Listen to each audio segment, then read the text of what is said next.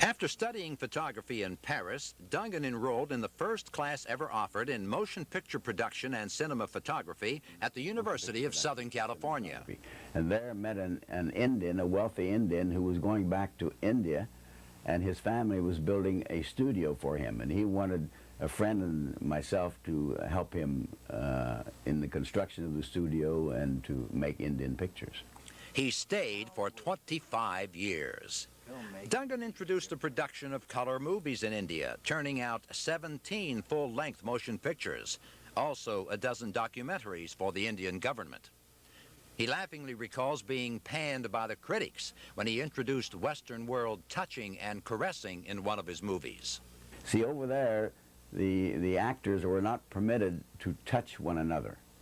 And I introduced this, and I got panned by the local press and the women when they saw it in this scene in the local film house. They would always pull their sari and turn their head around this because they didn't want to see that. That's something that should happen behind closed doors, not on the screen. Perhaps you may be noted over there as producing the first X-rated film in India's film history. You got it. That's right.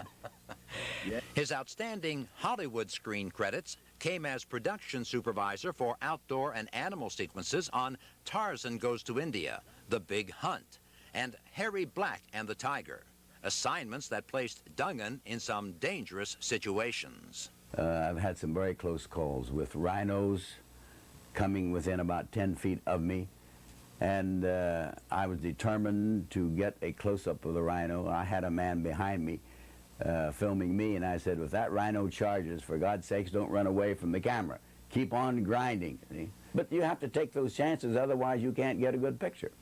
Among his more recent efforts is Liberty and Union, produced for the Wheeling Independence Hall Foundation and paid for by the state. But very special to Ellis is The Search, a film about spinal cord injuries requested by the Stifle Paralysis Foundation. And they wanted to have it known throughout the country what is happening to our youth, mostly due to accidents, could be drug-related or alcohol, or diving accidents, mostly automobile. I've done quite a number of medical films on back injuries and open heart surgery and all that type of thing.